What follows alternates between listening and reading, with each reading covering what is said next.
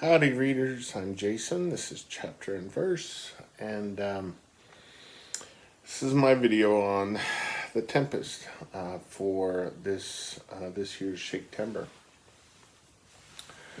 So I had a plan, right? There was a specific video that I wanted to make on the Tempest. Earlier this year, I did a buddy read with my friend Mark.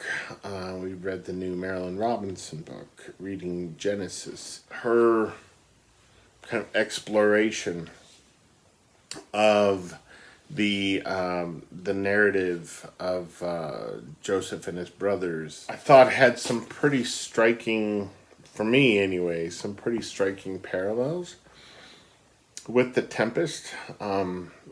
That biblical narrative with the Tempest, and so I wanted to make a video about that and the ways in which, in the two narratives, the protagonists are persuaded to tenderness. But the last few weeks have been difficult. They've been a real challenge. I've actually got virtually no reading done the last 3 weeks, almost no reading done. So I had COVID for the first time. This was almost 3 weeks ago. Tuesday will be 3 weeks to the day when I tested positive, and it was a mild case as far as cases go, but the fatigue that I felt during it and the fatigue that I felt during the week after it was pretty extraordinary. I'm pretty fatigued all the time anyway because of my heart condition, and this was just amplified that.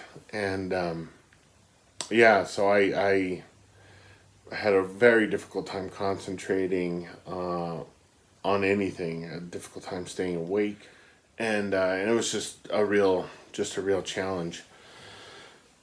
And then this last week, late Monday night, I got very sick very suddenly. I mean, I missed 3.5 days of work this last week, 4 days of work the week that I had COVID. So it's been tough to order my thoughts in any kind of way that makes sense for a video on the Tempest and Genesis. So I said, well, I'm just not going to worry about that. Let me just finish the play, which I did last night, right? So this time around I read our Signet classic. This was that I know of, this was my 8th reading of this. It may have been my 9th reading. But as far as the times I've read it that I have logged in my book journal going back to the late 90s, this was my 8th reading of The Tempest. And I finished reading it last night after Kelly and I watched the new documentary on Netflix, Will and Harper, in which Will Ferrell and his friend Harper Steele, who was the co-screenwriter of the Eurovision film that Will Ferrell and Rachel McAdams did a couple of years ago. It was so wonderful. Go on a road trip together across America. So Harper had recently transitioned to be a woman. She had been, previously had been, I think her name had been Andrew Steele. That's how she's credited on Eurovision. And she had just always been a great fan of driving cross country and drinking in seedy bars and going bowling and to ball games and whatnot.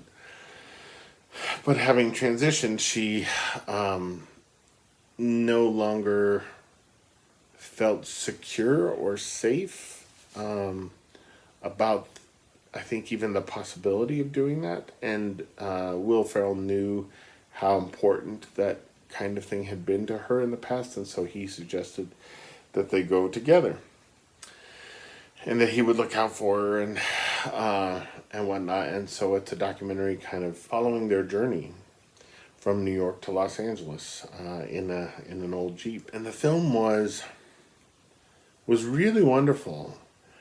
was really, really wonderful for a lot of different reasons. And there was a moment in the film that I really loved. It was probably my favorite moment in the whole movie, where they're at a race. I think it was a sprint car race, and this guy and his daughter. This guy just randomly comes up to Will Ferrell, recognized him and wanted to introduce himself and tell him that he was a fan and stuff.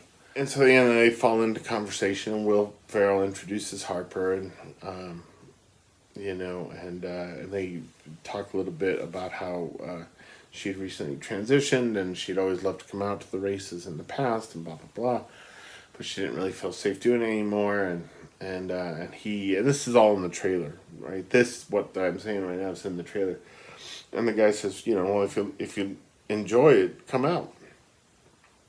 And and it's the kind of thing. Well, it's easier said than done. But then it shows them once the race is over and they're all leaving. The guy's kid is running around playing. Will Ferrell's kind of hanging back, I think. And this guy, this just average guy from Middle America, and Harper, walking down the grandstands, the walkway to the grandstands, and they're talking, and she's talking to him about how, with everything you see on the news and stuff, she just felt like there were some parts of the country that were, I guess, off limits to her now. And he just comes out and asks her, "Are you happy?" And I was so moved by that. I was so moved that this average guy, nondescript guy in the middle of nowhere, has thought to ask this trans woman in her early 60s if she's happy, if the decision that she's made has made her happy. To be solicitous in a way like that, to be bold enough to ask somebody so personal a question, the kind of question that gives them an opening to share joy, to confess something very beautiful and maybe very ephemeral about the experience they've had, about what they've gone through. I just thought it was so incredibly beautiful. Okay, and so after the film, Kelly and I talked about the movie for a while, and went to bed. And I'm finishing The Tempest, which again I've read so many times before. And I get to the part there at the end where Prospero essentially reveals Miranda and Ferdinand playing chess, right? Alonso is under the impression that he's lost his son to the storm. Miranda, who has only ever seen Prospero and Ferdinand at this point, and Caliban and the spirits on the island, she's never encountered other human beings. She sees them, right? Alonso and Gonzalo and everybody, their company. And she says, "Oh wonder, how many goodly creatures are there here? How beauteous mankind is. Oh brave new world that has such people in it." And I found myself snagging on that word "such," right? She could have just as easily said, Shakespeare could have had her say, "Oh brave new world that has these people in it," or that has people in it, just in general, right? That's populated. Wow, like the novelty of that. But because she says that has such people in it, it says something about the people that she's seeing, that they are worthy of her wonder, that they are worthy of her awe, worthy of her appreciation and her company.